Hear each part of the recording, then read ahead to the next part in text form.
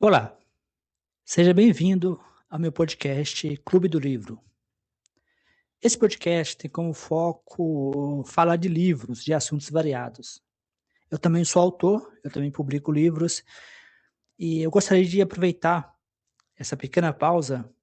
Em breve nós vamos retornar ao episódio para falar brevemente do meu lançamento mais recente. O meu livro mais recente se chama Albert Einstein, O Paradoxo de Einstein. O Paradoxo de Einstein é um livro que nasce de citações falsas que geralmente circulam nas redes sociais. Mais especificamente, o livro nasceu de uma citação falsa sobre o ateísmo, no qual Albert Einstein chamaria os ateus de fanáticos, né? Então eu decidi fazer uma verificação. Será que Einstein realmente chamou os ateus de fanáticos? No processo de escrita, eu acabei encontrando muita coisa interessante. Eu cheguei à conclusão de que valeria a pena lançar um livro. Então eu lancei o livro para poder explicar todo o contexto. Eu, na verdade, a resposta mais simples é que Einstein não era religioso, não era crente, e Einstein também não era ateu. Mas eu acredito nisso, e o livro ele tem como objetivo documentar isso, que a resposta por trás é muito mais interessante do que simplesmente uma resposta binária. Porque a mente, uma das mentes mais racionais de todos os tempos, mas pelo menos a gente pode dizer que foi o maior cientista do seu tempo, do século XX, porque o criador da teoria da relatividade, o símbolo máximo da racionalidade, o símbolo máximo da ciência, o garoto propaganda da ciência, se recusava veementemente, não aceitava o rótulo de ateu. E da mesma forma, porque ele também não aceitava o rótulo de crente. Se Einstein acreditava em Deus, o Deus de Spinoza, por que então ele não era crente?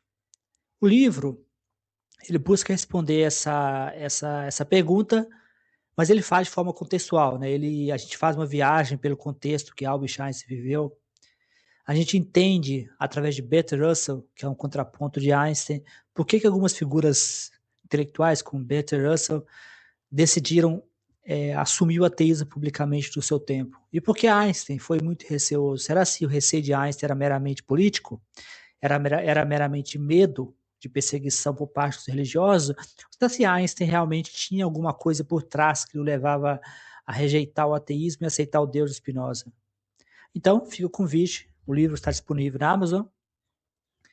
Em breve, vocês terão os formatos impressos. O audiolivro já está disponível, para quem quiser ouvir o audiolivro. Eu estou fazendo pequenos ajustes no audiolivro, mas vocês já podem ter acesso ao audiolivro. Então, vamos retornar ao episódio. Espero que tenham gostado da dedicação e espero também que o episódio que vocês estão assistindo seja bastante interessante. Então, bom aprendizado e bons estudos. Bom, hoje a nossa análise profunda vai focar num artigo bem instigante, sabe? O título é Harris, Contsponville, Einstein e Spinoza, a jurisdição do cientista espiritual. E a missão desse nosso mergulho de hoje é explorar uma daquelas questões gigantes e complexas, né? Tipo, é possível ter uma vida espiritual plena e uma moralidade sólida sem a crença numa divindade? É um território fascinante, com certeza. Porque a gente está diante de um choque de jurisdições mesmo. O que acontece quando, de repente, a biologia moderna diz que tem autoridade sobre o que é o certo e o errado. E, ao mesmo tempo, como a filosofia tenta elevar o espírito humano quando aquela fundação religiosa clássica desmorona. Pois é. A gente costuma pensar nessas coisas com fronteiras muito claras. Como num mapa escolar, sabe? De um lado fica a ciência, com os microscópios e os tubos de ensaio, e do outro lado, sei lá, a religião ou a filosofia cuidando do sentido da vida. Mas o material que a gente vai analisar hoje simplesmente borra todo esse mapa. Borra completamente. E para guiar toda essa discussão, a gente tem em mãos uma curadoria brilhante de textos do Dr. Jorge Guerra Pires. Exato. E para quem não conhece, o Dr. Jorge é um pesquisador independente, PhD em bioinformática, e ele tem uma trajetória acadêmica de muito peso. Ele passou por instituições como a USP, a Fiocruz e até universidades na Itália e na Polônia. Sim, ele tem uma bagagem incrível. E hoje ele usa todo esse rigor do raciocínio lógico e da modelagem matemática para unir coisas que parecem distantes, né? A ciência, a crítica social e a filosofia. E Antes da gente entrar de cabeça no artigo, tem um anúncio muito especial para quem acompanha a gente. O Dr. Jorge está lançando um livro novo agora. Isso mesmo. O livro se chama O Paradoxo de Einstein, Ciência, Ética e o Deus Cósmico. É o segundo volume daquela série dele, A Mente Ateísta. E o bacana dessa obra é que ela se propõe a desconstruir muita coisa, muitas engenharias feitas sobre a imagem de figuras históricas. E o formato de distribuição está super acessível. A versão digital já está lá na Amazon e o mais legal é que dá para ler em qualquer smartphone, tá? Não precisa nem ter um aparelho Kindle. Mas olha, a recomendação de ouro que a gente tirou das fontes de hoje é o formato em audiolivro. Já está disponível no Google Play e no Google Books. Nossa, assim, audiolivro é uma revolução. Pelo Google Play, quem está ouvindo a gente pode baixar o audiolivro e escutar totalmente offline. É aquele cenário perfeito para colocar nos fones durante uma caminhada, num parque que não tem internet, sabe? Ou então enquanto lava a louça, cozinha. Transforma aquelas tarefas diárias automáticas num momento de superprodutividade literária, né? Fica aí a sugestão imperdível para conhecer o trabalho dele. Com certeza. Mas, voltando ao nosso artigo central, vamos desempacotar isso. Como é que a neurobiologia moderna e a filosofia clássica estão ali, sabe, colidindo na tentativa de definir o que é esse tal de cientista espiritual? Olha, o que é fascinante aqui é que o debate entre figuras como o neurocientista Sam Harris e o filósofo francês André Comte-Sponville, isso não é só teoria de academia, sabe? Isso afeta profundamente a forma como a humanidade constrói as próprias leis no dia a dia. Ah, entendi. Afeta a vida prática mesmo. Exatamente. E para entender o peso disso, a gente precisa olhar para a primeira abordagem dos textos. É a tentativa filosófica de manter a espiritualidade viva depois que a fé se vai. Essa é a tese principal do Comte-Sponville. O material descreve que ele propõe uma coisa chamada fidelidade ateia. E, pelo que eu entendi, a ideia é mais ou menos assim: a humanidade abandona a crença no sobrenatural, esquece aquela ideia de um Deus que interfere na Terra, mas não joga tudo fora, né? Isso, mas mantém uma gratidão e uma fidelidade absolutas aos valores da tradição judaico-cristã. Coisas como o amor ao próximo, a compaixão, a justiça. Ele argumenta que civilização é o oposto de fazer uma tábula rasa do passado. O raciocínio dele parte de uma premissa histórica muito forte. O Comte-Sponville defende que perder a fé não deve significar amputar a nossa capacidade de maravilhamento. A gente tem uma dívida com a história, sabe? A ética foi construída por milênios. Então a espiritualidade não precisa de mágica, é isso? Perfeito. Para ele, a espiritualidade é uma função natural do cérebro humano, ela pode operar perfeitamente na imanência, ou seja, na realidade material aqui e agora, sem precisar do divino. Lendo essa parte me veio uma analogia muito forte na cabeça. É só como alugar uma casa que já vem toda mobiliada, sabe? Como assim? A pessoa não acredita no arquiteto que desenhou a planta da casa, acha que a fundação foi baseada numa ilusão enorme, mas ela adora o sofá super macio da compaixão, a mesa de jantar da ética que ele deixou ali, então ela decide morar lá dentro mesmo assim e cuidar dos móveis. Nossa, é uma ótima imagem, é exatamente isso. Mas, convenhamos, será que exigir essa fidelidade ao passado funciona na prática? Porque parece uma ideia um tanto frágil, né? É aí que entra a crítica contundente que a curadoria do Dr. Jorge Guerra Pires levanta. A gente precisa analisar o contexto de onde o Comte-Sponville escreve. Ele fala a partir de uma Europa que já é profundamente secularizada. Ah, o cenário faz toda a diferença. Faz sim. Na França de hoje, por exemplo, metade da população se identifica como não religiosa, ateia ou agnóstica.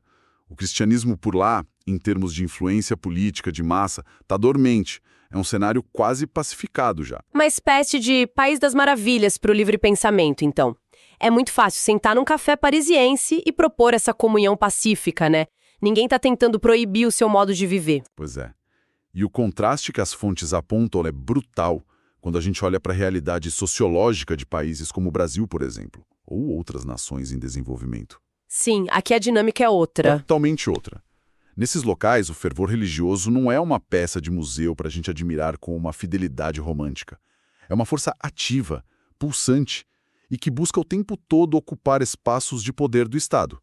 Eles querem legislar sobre a moralidade pública. Verdade. Então pedir para uma pessoa que vive no meio desse furacão ter fidelidade romântica à mesma tradição que muitas vezes impõe barreiras aos direitos civis dela, soa muito ingênuo, né? Isso é excessivamente romântico, sim. Quase ignorando os conflitos reais de expansão política. E aí é que a coisa fica realmente interessante. Porque se a filosofia de manter a mobília velha do Conte Sponville esbarra na crua realidade social e nessa sede de poder, surge uma outra ferramenta tentando resolver o problema da moral: a ciência. E aqui a gente entra num choque direto com aquela visão tradicional que o cientista Stephen Jay Gould popularizou, o famoso NOMA. O NOMA, que significa majesté não sobrepostos, certo? A ideia de manter a paz, dizendo que a ciência cuida do que é, os fatos, e a religião ou filosofia cuida do que deve ser, os valores. O próprio Conte Sponville assina embaixo dessa regra. Ele diz que nenhuma ciência vai poder nos ensinar o que é o bem e o mal. Exato. O NOMA funcionou por décadas como um pacto de não agressão na academia. Era para garantir que os biólogos pudessem estudar a evolução em paz sem serem incomodados, desde que deixassem a ética na mão dos teólogos. Entendi. É como se fosse um prédio com um estatuto de condomínio muito, muito rígido. A ciência mora no andar térreo, cuidando das fundações, do encanamento, e a ética mora lá na cobertura. E o síndico decretou que os moradores nunca podem se cruzar no elevador. Essa analogia do condomínio é perfeita. Mas aí o neurocientista Sam Harris entra nesse prédio e basicamente ele chuta a porta da cobertura. Ele chuta a porta? Ele chuta. Nossa. Ele rejeita ferozmente o NOMA. Para ele, os canos do andar de baixo afetam totalmente a cobertura. Não existe separação. A moralidade seria só um ramo subdesenvolvido da ciência. Peraí, mas isso levanta uma dúvida enorme. Como a ciência, que é puramente descritiva, pode ser prescritiva? Tipo, como uma máquina de ressonância magnética pode me dizer se uma mentira é moralmente errada? Isso não é um salto muito perigoso? Olha, se conectarmos isso a um panorama maior, a tese do Harris no material constrói uma ponte lógica sobre esse abismo aí. Ele não está dizendo que o scanner cerebral vai apitar uma luz vermelha para o pecado e uma luz verde para a virtude. Ah, bom, seria bizarro. Seria. O mecanismo que ele propõe é todo baseado na neurobiologia do bem-estar. O Harris argumenta que todo e qualquer valor humano, por mais complexo e filosófico que pareça, inevitavelmente se traduz em fatos sobre o bem-estar de criaturas conscientes. Deixa eu ver se peguei. Ou seja, se algo não afeta o bem-estar de nenhuma criatura que seja capaz de sentir alguma coisa, isso simplesmente não tem relevância moral? Uma pedra, por exemplo, não tem ética porque não sente dor, é isso? Exatamente isso. O ponto central dele é que bem-estar e sofrimento não são conceitos abstratos, místicos, voando pelo espaço. Eles são eventos reais que ocorrem no mundo físico.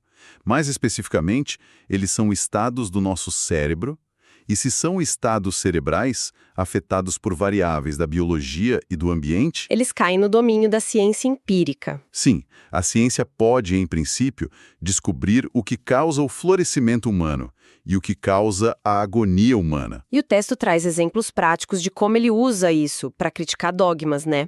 E acho importante frisar aqui para quem está ouvindo que a gente não está tomando partido. Estamos apenas relatando a argumentação técnica desse autor que está nas fontes de hoje. Com certeza. É uma postura descrita nos textos. E a postura do Harris é implacável contra esse respeito cego às tradições religiosas. Ele usa exemplos de políticas baseadas em crenças que causam miséria real. Tipo o que, exatamente? A oposição ao uso de preservativos em regiões que estão devastadas por epidemias virais. Ou então, barrar pesquisas com células-tronco que poderiam no futuro curar doenças crônicas graves. Nossa, é. Sob a lente daquele pacto do NOMA, isso tudo seria só um debate de valores, cada um com sua crença. Mas sob a lente da neurobiologia do Harris, isso é uma equação objetivamente errada. A tradição está ativamente gerando picos de sofrimento real no cérebro de milhões de pessoas. Então a ciência tem o dever moral de dizer que essa tradição está errada. Caramba, é uma ruptura gigantesca com aquela ideia do Conte Sponville de guardar gratidão e fidelidade ao passado. O Harris quer usar razão para varrer o que causa dano, sem nenhum sentimentalismo. E o que eu achei mais surpreendente nessa nossa investigação de hoje é que, apesar desse abismo entre o filósofo e o neurocientista... Ambos convergem para a mesma figura histórica, né? Exato. Ambos ancoram os argumentos num filósofo do século XVII, o Baruch Spinoza.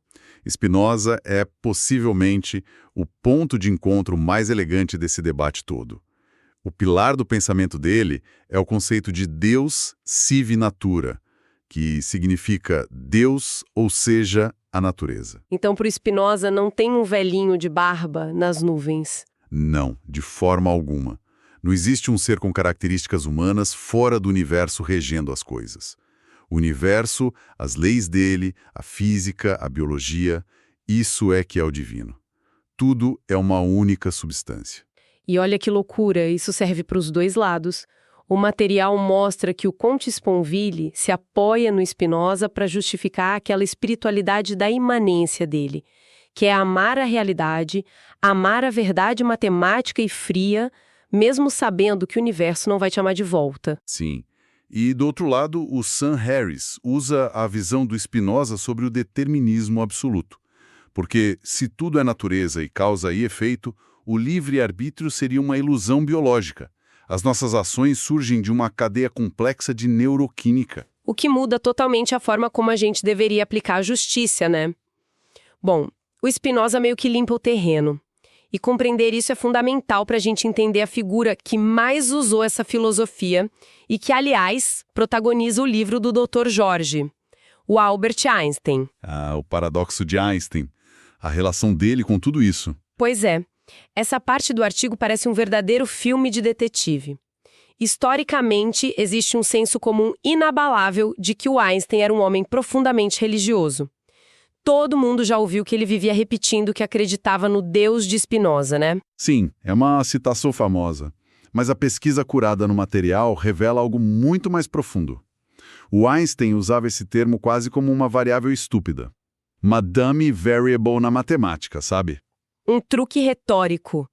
E a minha dúvida genuína lendo isso foi por que um gênio da física decide chamar as leis da gravidade de Deus? Tipo, isso não é implorar para ser mal interpretado e sequestrado por teólogos? Ele sabia do risco, mas ele precisava de um escudo. A gente não pode explicar o Einstein só pela física. Tem que olhar para a sociologia da época dele. As cartas privadas, que são muito bem documentadas nas fontes, deixam claro que ele rejeitava com veemência a ideia de um Deus pessoal. Ele não acreditava numa entidade que julga e atende orações. Mas ele estava vivendo na Guerra Fria, né? Nos Estados Unidos. Seria associado ao comunismo na mesma hora. Nossa, o custo de abandonar o vocabulário religioso era alto demais. Então ele dizia, eu acredito no Deus de Spinoza. Ele expressava o maravilhamento dele com o cosmos, mas usava a palavra mágica que acalmava a sociedade conservadora americana. Era proteção. Perfeito. Ele se protegia. Mas essa ambiguidade cobrou um preço caro. O material detalha bem o que o Dr. Jorge chama de engenharia da domesticação do Einstein. E aí entra o caso da citação amputada. Isso me deixou impressionada. Tem uma frase do Einstein rodando o mundo onde ele supostamente ataca os ateus radicais, chamando eles de fanáticos ressentidos que não conseguem ouvir a música das esferas. Quem lê isso hoje conclui que o Einstein odiava os ateus modernos. Mas as fontes foram atrás do documento original, da carta primária. E essa investigação documental é o coração crítico dessa análise. Biógrafos tradicionais ajudaram a cimentar essa imagem dócil dele. E o que a carta original dizia de verdade? Quando se analisa a carta original, descobre-se que a frase foi cirurgicamente recortada de uma mensagem privada que o Einstein mandou para um cara chamado Joseph Lewis. Que era um ativista ateu super militante na época, né? Sim. E a carta não era o Einstein fazendo um tratado filosófico defendendo a religião. Era um desabafo irritado de um homem cansado de ter a imagem dele usada sem permissão em campanhas políticas desse ativista. Ele estava brigando com a postura do cara. Nossa. Em várias outras cartas que os biógrafos esconderam, ele criticava muito o dogmatismo. mas para a história oficial era muito mais conveniente pegar o maior gênio do século e usar como selo de aprovação da fé. Pegaram a genialidade dele e transformaram num cabo eleitoral da tradição. É por isso que entender o medo daquela época é crucial. E é por isso também que o material de hoje propõe um mapa mental muito interessante. Uma evolução do pensamento religioso dividida em 4 fases. As 4 fases, vamos passar por elas para a gente entender para onde a razão humana pode caminhar agora. Qual é a primeira fase? A fase 1 é a religião do medo. No começo da humanidade, a gente não entendia os raios, as secas. A reação instintiva foi criar deuses para barganhar com a natureza através de sacrifícios. Faz sentido. E a fase 2 é a religião moral, né? A humanidade cresce, cria impérios, e só o medo do raio não basta mais para organizar a sociedade. É o nascimento do Deus legislador, das religiões abraâmicas, que dita regras e pune crimes. Exatamente, o fiador do pacto social. E aí chegamos à fase 3, que o texto chama de o horizonte de Einstein, ou religiosidade cósmica. Aqui, a ciência já explicou o trovão, a ética civil já se sustenta sem o medo do inferno, o indivíduo perde o Deus legislador, mas ainda guarda uma reverência imensa pelo universo. O assombro intelectual substitui o pavor. Só que essa fase ainda se apega à palavra Deus, né? Seja por conforto ou pressão social, como Einstein. O que nos leva à fase 4, o naturalismo pleno. O terreno do Bertrand Russell e do físico Stephen Hawking. É quando a gente entende que carregar o vocabulário teológico gera mais confusão do que iluminação. O deslumbramento com as estrelas continua, mas a muleta linguística vai embora. É o abandono do escudo do Einstein. Mas então, o que tudo isso significa na prática? Por que quem está ouvindo a gente agora, lidando com trânsito e boleto, deveria se importar com essa evolução para o naturalismo pleno? Isso levanta uma questão importantíssima, talvez a parte mais prática do texto. A evolução para o naturalismo tem impacto na nossa sobrevivência. O material cita o psicólogo Steven Pinker. Ele contrasta a mentalidade de mitologia com a mentalidade de realidade. E quando a gente usa a mitologia para decidir políticas de saúde ou leis, os resultados são péssimos, né? Desastrosos. O Pinker argumenta que a racionalidade não é só uma ferramenta cognitiva fria, ela é uma virtude moral. Porque basear as decisões na realidade é o único caminho para reduzir o sofrimento de verdade. A realidade, como dizem, é aquilo que continua existindo depois que a gente para de acreditar nela. O compromisso com os fatos é o maior ato de compaixão possível. A visão do Harris e do Russell mostra que para o florescimento humano acontecer, a ética tem que estar alinhada com as verdades biológicas, não com doutrinas antigas. Uau! A gente atravessou um oceano de ideias hoje, hein? Começamos lá com a proposta romântica do Comte Sponville de manter os móveis da ética europeia. Vimos o Sam Harris chutando a porta e ligando moralidade a estados do cérebro. Descobrimos como Einstein precisou usar o Deus de Spinoza como um escudo na Guerra Fria e como a história recortou as cartas. E terminamos com a fase 4, onde a própria razão vira um ato de moralidade profunda. É a prova de que a filosofia e a ciência nunca estiveram em caixinhas separadas. Elas estão na base de toda a nossa sociedade. Com certeza. E se toda essa nossa discussão de hoje despertou a curiosidade sobre como isso afeta a gente, volto a reforçar a recomendação para ir na fonte primária. O audiolivro O Paradoxo de Einstein, Ciência, Ética e o Deus Cósmico, do Dr. Jorge Guerra Pires, está lá no Google Play e no Google Books. Baixar e ouvir offline revoluciona a rotina. E claro, a versão digital está lá na Amazon para ler no celular. É uma ferramenta muito poderosa para afiar o pensamento crítico. E para coroar a nossa análise, eu queria deixar uma semente final para quem está ouvindo a gente pensar. A gente viu que separar a espiritualidade das tradições causa muito desconforto. Mas pensa só, e se a experiência mística suprema não precisar de um mistério insondável? E se olhar para a pura matemática do universo ou para a neurobiologia da compaixão humana já for o suficiente para nos tirar da prisão do ego? Será que a verdadeira reverência cósmica só começa quando a gente aceita o universo exatamente como ele é, sem precisar adicionar nenhuma mágica a ele? A beleza pura do que é real. Nossa, E como a gente descobriu hoje, quando deixamos a ciência iluminar o andar da moralidade, ela tem o poder de limpar águas turvas e guiar o nosso próprio comportamento. Adorei a reflexão. Até a próxima análise, pessoal!